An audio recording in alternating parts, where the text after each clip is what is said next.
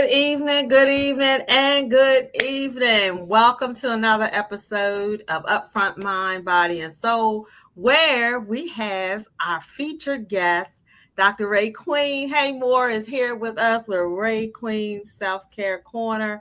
And what's so exciting about tonight, we're going to be talking about how we as a community can celebrate our seniors. And because we have HPOC is celebrating with Optimal Seniors Longevity Series. So, Dr. Karen, thank you so much for coming on again tonight and welcome you. Welcome you. You know, this is always your platform too. So, how are you? Thank you. Yes, I'm doing well. I'm doing really good.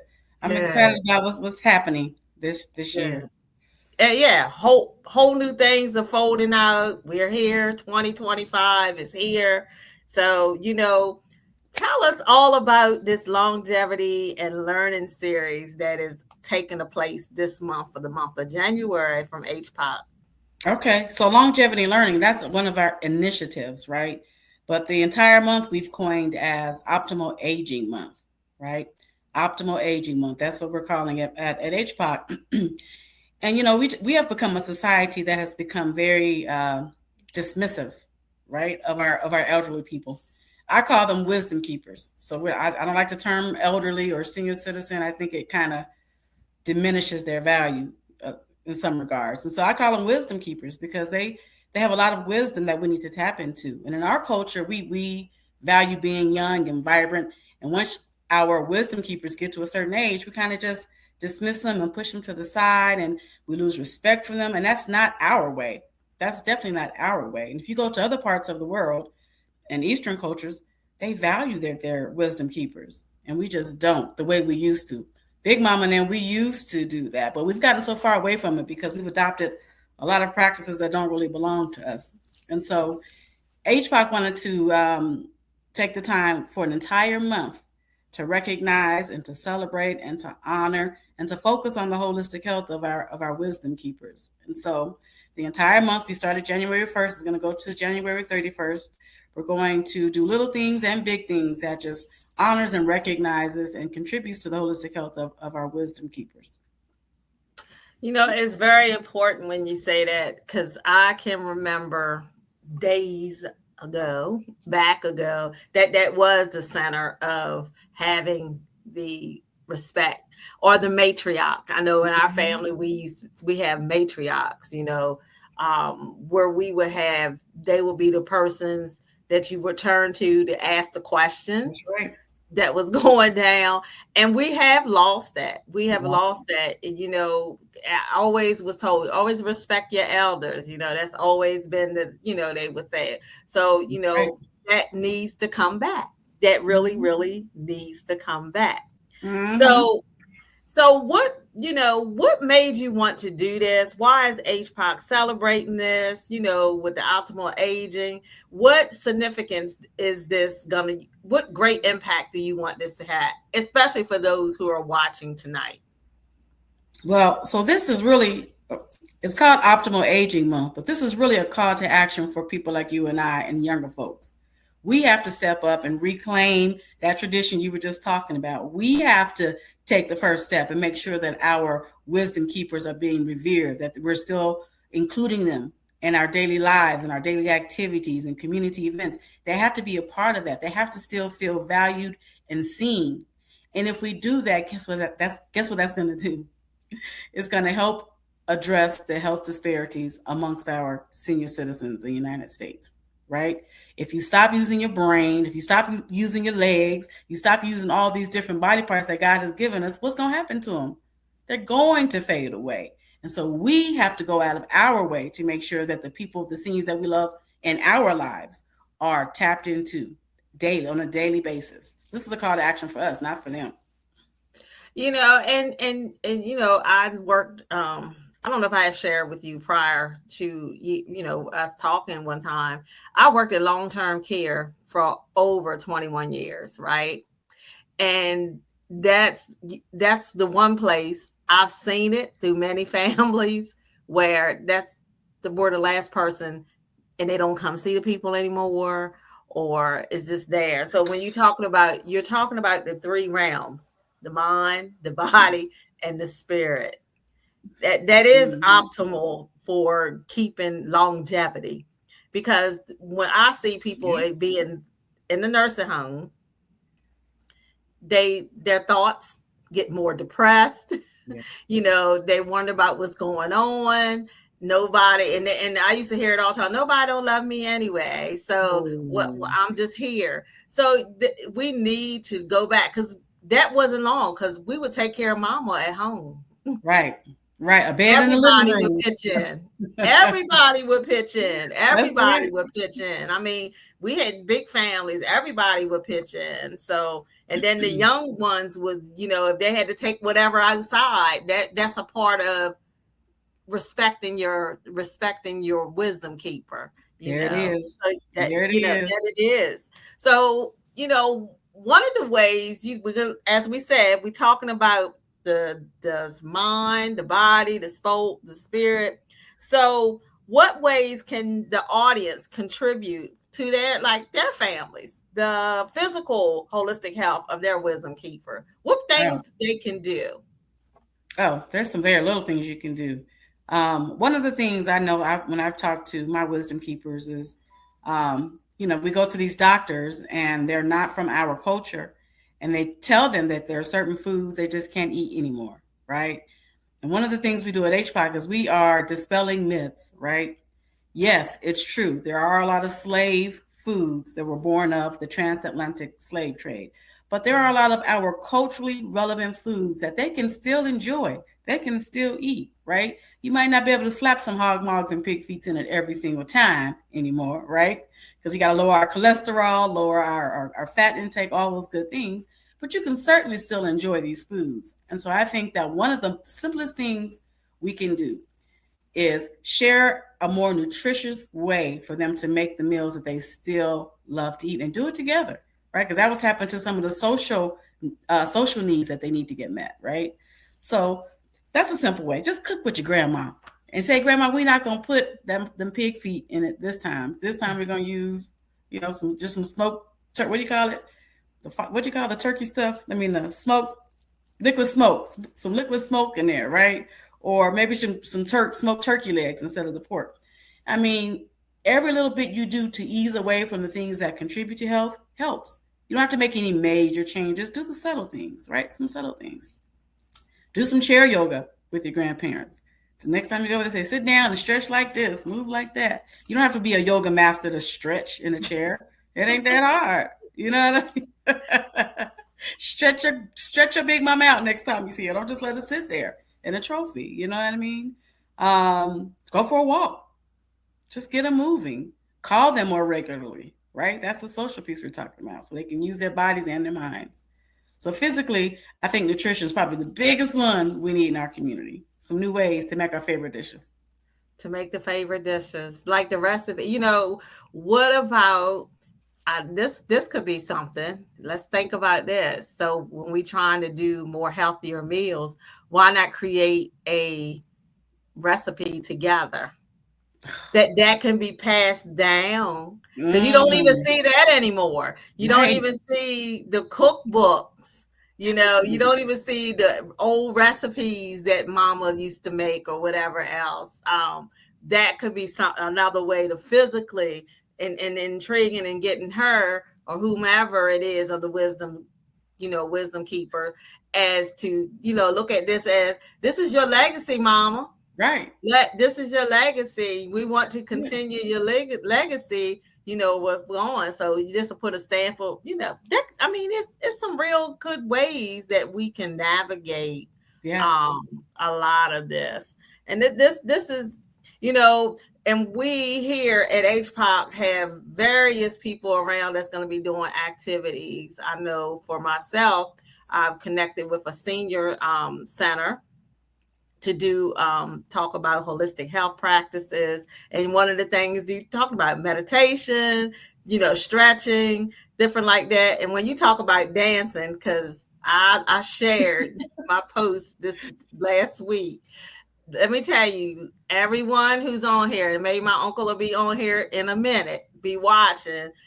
My grandmother Lucille, that was the neighborhood walk the dog lady. Whenever Ah, that song come on, at 90 some years old, this lady was still getting it to the music. dance floor. She moved. I'm telling you, she moved. And she was a feisty old lady. She was a feisty lady, but she loved people. She was straightforward to the jump. And that's one of the things that I've learned from her, that Yeah. people will respect you better if you show them your true self and tell them about themselves, because that'll make them think about when they're not doing the right Mhm. thing. That's one of the things that I read, and I will tell you, she would keep her head wrapped Oh yeah. wherever she go. A hat, it might have been a hat, her scarf, whatever. She kept it together. Now I understand that Yeah. from that now, what that is. But that means so much. And she would get up and dance in a minute. They be like, Miss, and they still talk about her legacy, walking the dogs. I hey, Gotta now love it. she man, there'd be some days I'd be sitting here like, wow, just thinking about it. Yeah, she did used to say that. But it's so funny when I hear that song. I always think about her. Everybody say, look, Lucille, look at Miss Lucille. But it's Mhm. funny. It's funny. But I miss those days, and we do need to gather this back. So I commend you for putting this a part of for HPOC and for us Yeah. joining in with the initiative. So what we're gonna do, we're gonna take a quick break, and we're going to be right back.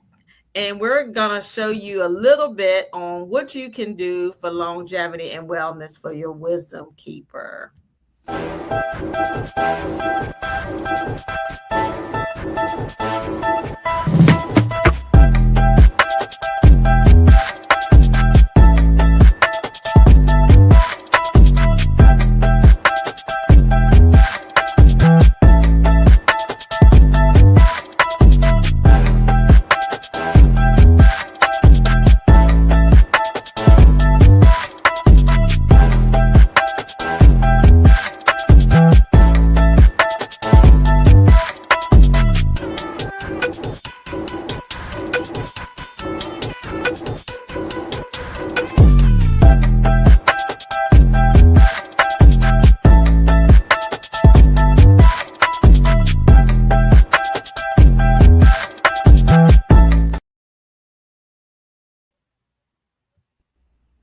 And welcome back to Upfront Mind, Body, and Soul. We're here for RayeQueen's Corner with Dr. Karen Raymore.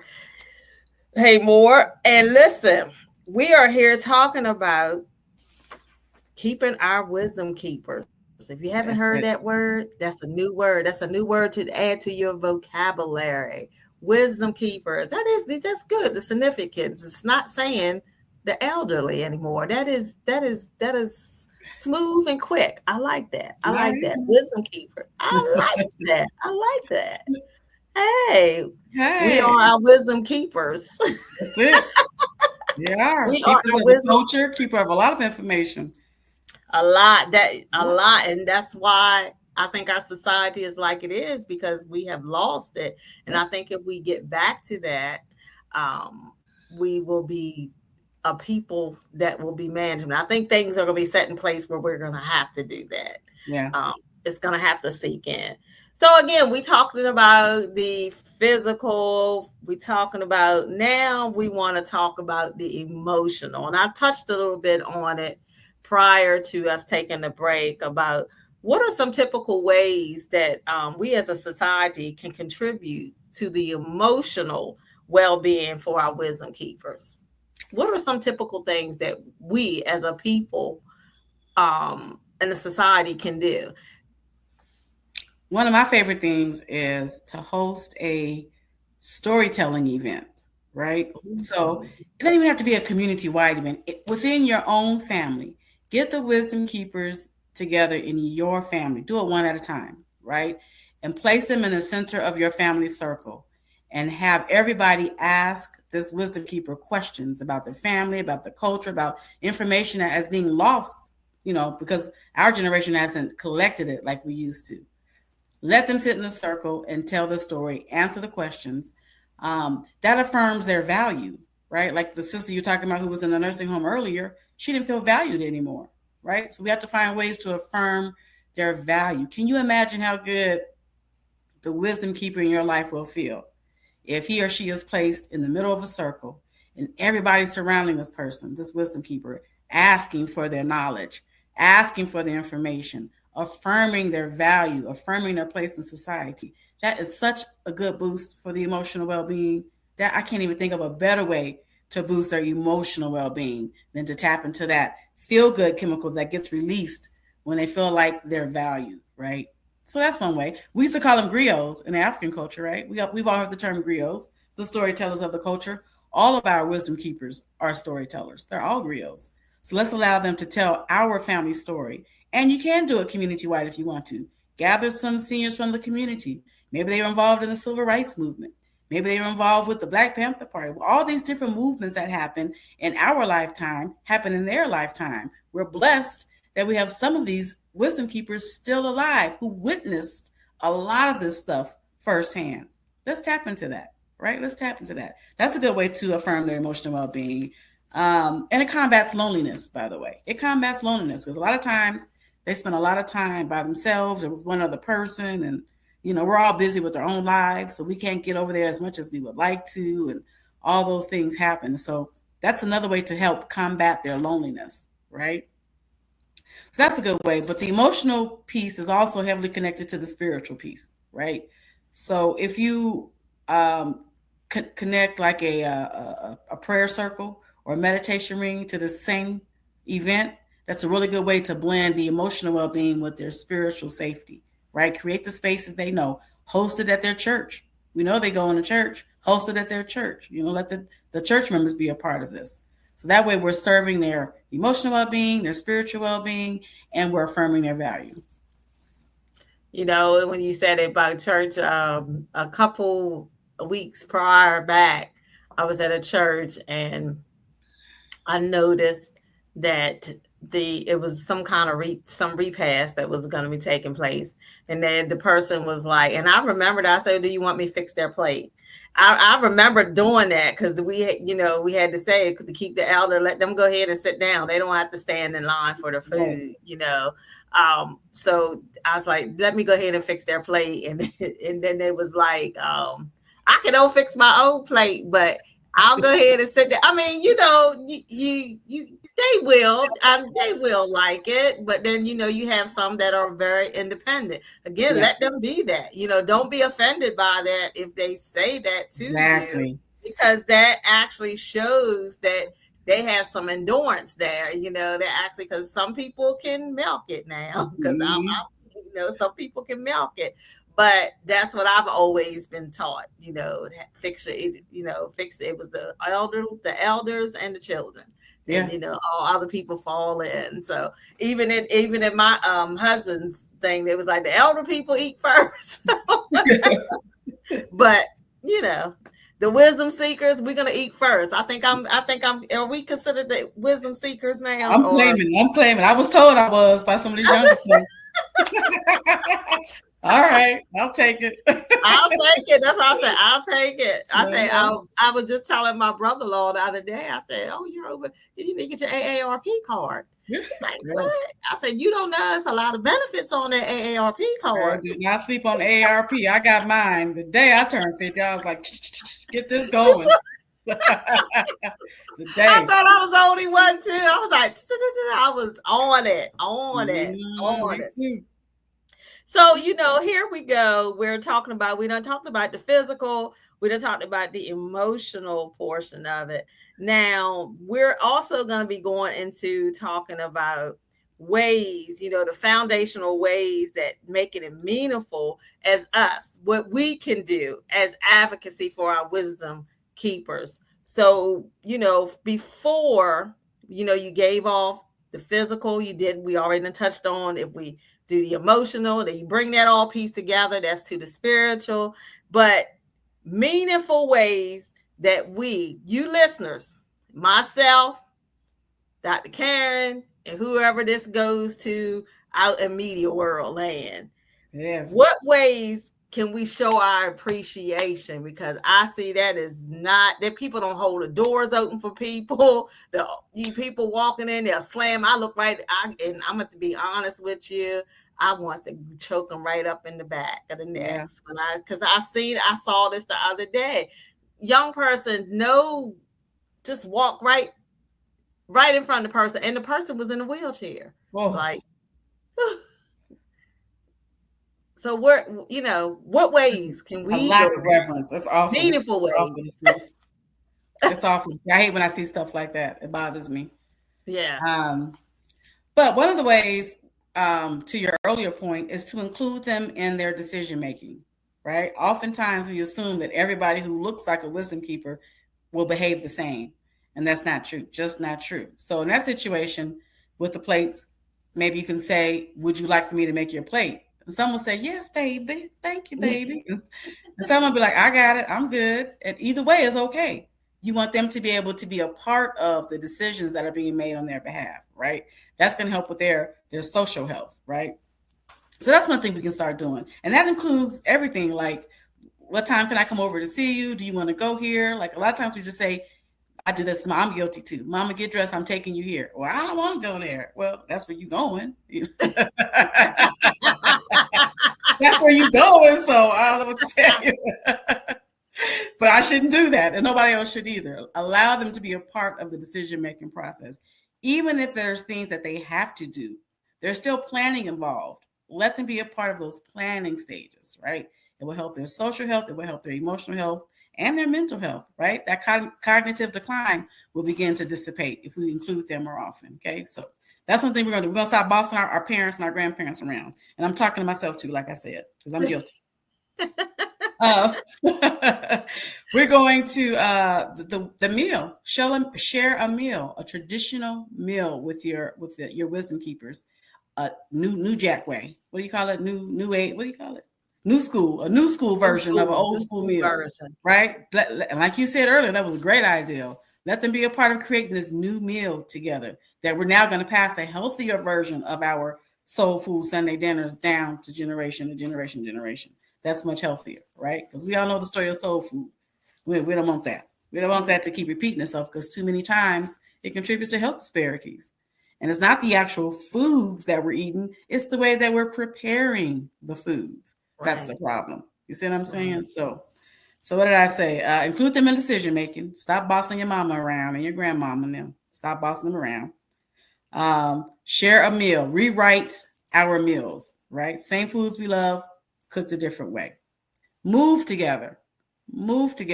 Stop signing your mama up for water aerobics, dropping her off, and then coming back and picking her up. Don't do that. Stop signing your mama up for the senior citizen jamboree showdown, whatever they call it.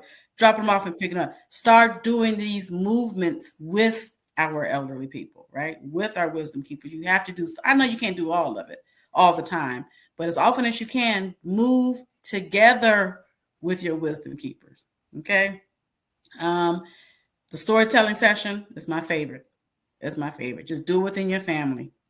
That's it. And explore some holistic practices together, right? Because a lot of what we call holistic practices are just the shit they grew up on. This is the way they've always operated. So it's not new to them, right? So ask them, which one of these practices do you want to tap back into? Let's reconnect. You don't always have to do the Western medicine side, or you can do a complementary. You were raised on herbs. Okay, well, let's find the right herb for you. Which herbs do you want to look into? Have you heard about the sound healing, Mama? Dr. Michelle Bowden-Hammond is a sound healer, right? But they know about that because we did sound healing in Africa, right? We've always done sound healing. It wasn't called that, but they know what it is because they've done it. So we have to find ways to just involve them in every stage of these different ideas, and also to include ourselves in all these different ideas. And I want to add to this too, because one of the things that I'll be doing the week before is, now we know a lot of people have smartphones. A lot of people, and when you talk about health disparity, that's where I want to cap back to. When you talk about health disparity, it's a health disparity in the way Western medicine has it set up, because I go to the doctor sometime, and I know it's difficult for me. I know it's difficult for our wisdom keepers of going there, sign this, look at this computer wise, because again, those type of things are not set in place. They, they want to advance, but they have not advanced with trying to get the wisdom keepers, because now most of your appointments is online. Now you got your lab work is online, or they're sending you everything online, and QR coding. Yep. Yeah, that's one way I figure that with the society, as Dr. Karen has said, don't just assume, help them. Or we need to be advocating more to our medical system that you need to make this compliant to wisdom keepers, because this is a disparity. I can sit there and they get frustrated. I can see them. Look at it. I don't know nothing about this. You got to sign in, check in on this board, fingertip. Right. They're not used to that. So, that's one of the things that I see as a big, big problem. So one of the things is that I will be doing in a couple of weeks is doing the QR codes. If they have the smartphone, that's if they have the smartphone. So what I'm going to do is make a QR code with because most of them, they go these outings, like you say, they do these wisdom keeper outings at a restaurant. Most of the restaurants now got QR code menus. Yes, they do. So, what is it? So this is one of the things that I want to advance in and help them too with, for as to get them to know some things. That's a good idea for a business right there. I'm telling you, because that's one of the ways I know my mother feels left out, is because everything is online, and so it all comes to me, everything, right? And she's like, I want to know what my results are. Where it's on your app. That's what they'll tell her. She's like, what app? I don't know nothing about no app. Yeah, what app? I don't know nothing about no app. What you talking about? Just give me my results. Print out my results like old school. That doesn't happen. And so I'm the one seeing everything in real time. And so she feels, again, left out. Yeah. Right. Left out. We have to find a way to bridge that. That's a really good idea. Somebody has to figure it out. Let's get some help on that. Okay. All right. Be the 4-4 run. I mean, seriously, it's nothing impact. That was one of my things that I brought up when I was on the Maryland Health Commission. That was a health disparity that, you have the seniors, the people are here, but they don't know how to access this stuff. And it's not accessible. They you got to think about it. They're not from this fast wave, So half of them be like, well, I just won't even go to the doctor. That's a frustration part. So you're right. Ooh, that's a good idea, girl. Let's tap back on that later on. Let's tap back on it. Let's tap back on that. See what we can do with that. Well, Dr. Karen, it has been a pleasure to have you on as always. And I'm looking forward to what 2025 is going to bring us in this optimal health longevity series. Down with it. But to the audience, before we go, I want to ask you this question. I want to give you something to think about. Now, you done heard straight from Dr. Karen herself. She has gave some real good resources and tips that we can use to appreciate our wisdom keepers. Yeah. So I'm going to challenge you with this question, and I want you to think about it earnestly and heartedly. What for the wisdom keeper that you have in your family? And you know what? It don't even have to be your family. It could be your next door neighbor. Mm-hmm. Because so many of our wisdom keepers are living alone. Yes. So I'll put this question out to you guys. What are you going to do this month for your family's wisdom keeper? Let me say that. It don't just have to be your family. Because we all one anyway. We supposed to be together anyway. We supposed to be our neighbor's keeper, our brothers and sisters keeper. So that's the plea, right? That's the plea. I had to go there, but am I my wisdom keeper's keeper? Yes, I am. That's a book. I'm gonna write that down. That's the title of my next book. There you go. There you go. And I'm my wisdom keeper's keeper. There we go. There it is. I say on that. There we go. So what are you going to do this month? I already got my plan. It's already been signed up, signed on, so I'm already ready. But that's what we need to think about. What are we going to do this month for our families, wisdom keepers? Come on. And I tell you what, if you get some really good answers, if you get one really, really good answer, because I'm so down for our wisdom keepers, the best answer you get or the best plan that somebody shares with you or calls you up or texts you, however they tell you, let me know, and they can get a free certification at HPOC. Oh, free certification. See, listen at that. Listen, Lindas. Listen. I keep telling them all the time that the circle that God has blessed me with, and I say God has blessed me with, you will receive. When I win, you gonna win. Now listen at that. She's telling you that you will get a free certification. So I would say I would get them keys or however you looking at it, or go back and replay this, do whatever, and put something in there. Mm-hmm. You gotta get something that's gonna be worth your while that will actually help you in advance. A free certification. You can't beat that. You can't beat it. You can't beat that. So I would say I would even make it even. I want to see them doing it. Oh, I like that. Pictures. We got the thread going around on Facebook, so go ahead and tag us. Go ahead and tag it. There we go. I want to see you do it. Put it in manifestation. There we go. A free certification. All you have to do is show up. That's it. And show out and be active to what has been addressed and asked. Let me put that question up here again. What are you going to do this month for your family's wisdom keeper? Or your wisdom keeper? There we go. You share it, you tell it, or you put it down here in the chat tonight.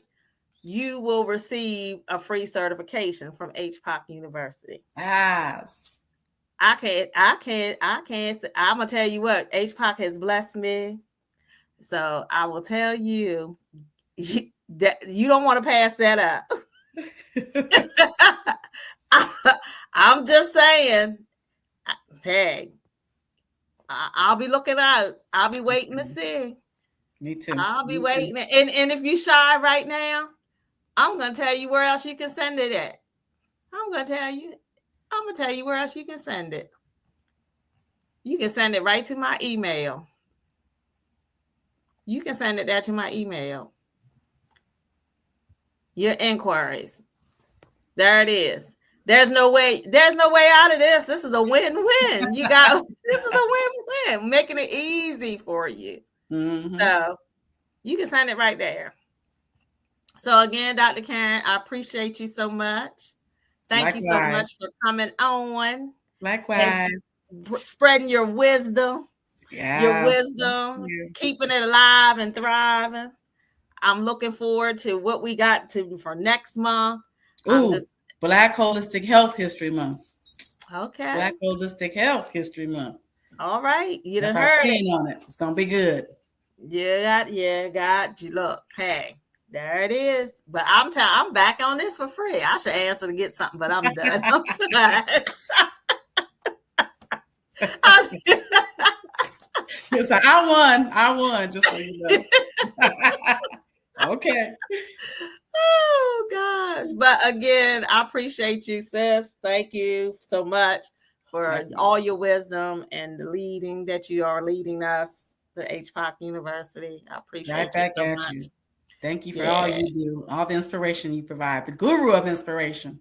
All right. Got people out here scared to compete with you. Slow down a little bit, Dr. Michelle. Slow down. Let somebody else win. Hey, but you know what, Dr. Karen, that's what it is. And that's not even, it's not about the competing. Right. It's because when you passionate, I tell people that all the time. I've always, I knew something, I was different, but when you passionate about something and you want to see other people win, you you do what you got to do that That's makes it. it necessary.